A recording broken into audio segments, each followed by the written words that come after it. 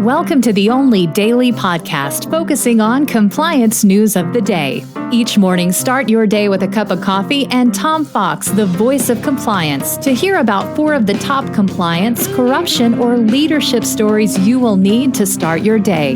The Daily Compliance News is a production of the Compliance Podcast Network.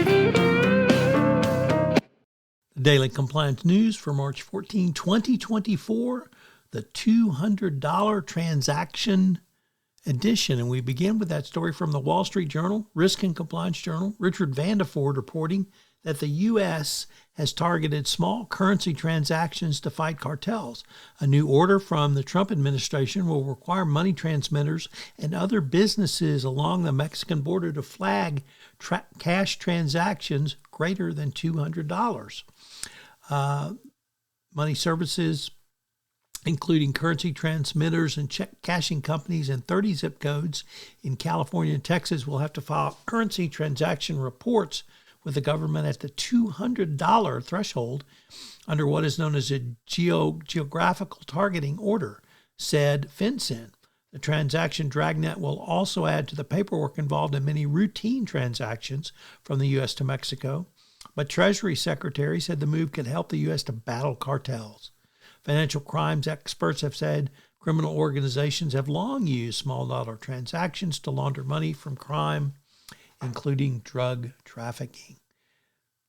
Next up, from Politico, Huawei is back in the news, and this time for a bribery and corruption investigation in the EU, as authorities have raided more than 20 addresses and sealed 2 offices in the EU as part of a spiraling bribery probe into Huawei's lobbying activities in Europe.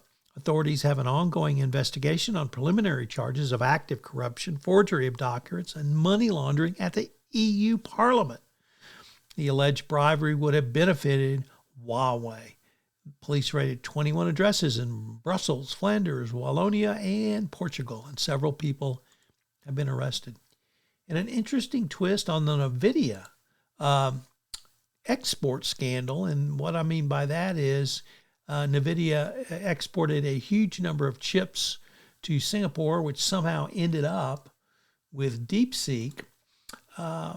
Singaporean prosecutors told a court that the case involves Singapore-based firms that have been accused of fraudulently supplying U.S. servers to Malaysia, and it involves transactions worth $390 million. And the Singapore media have linked the case to possible transfer of NVIDIA's artificial intelligence chips to DeepSeek.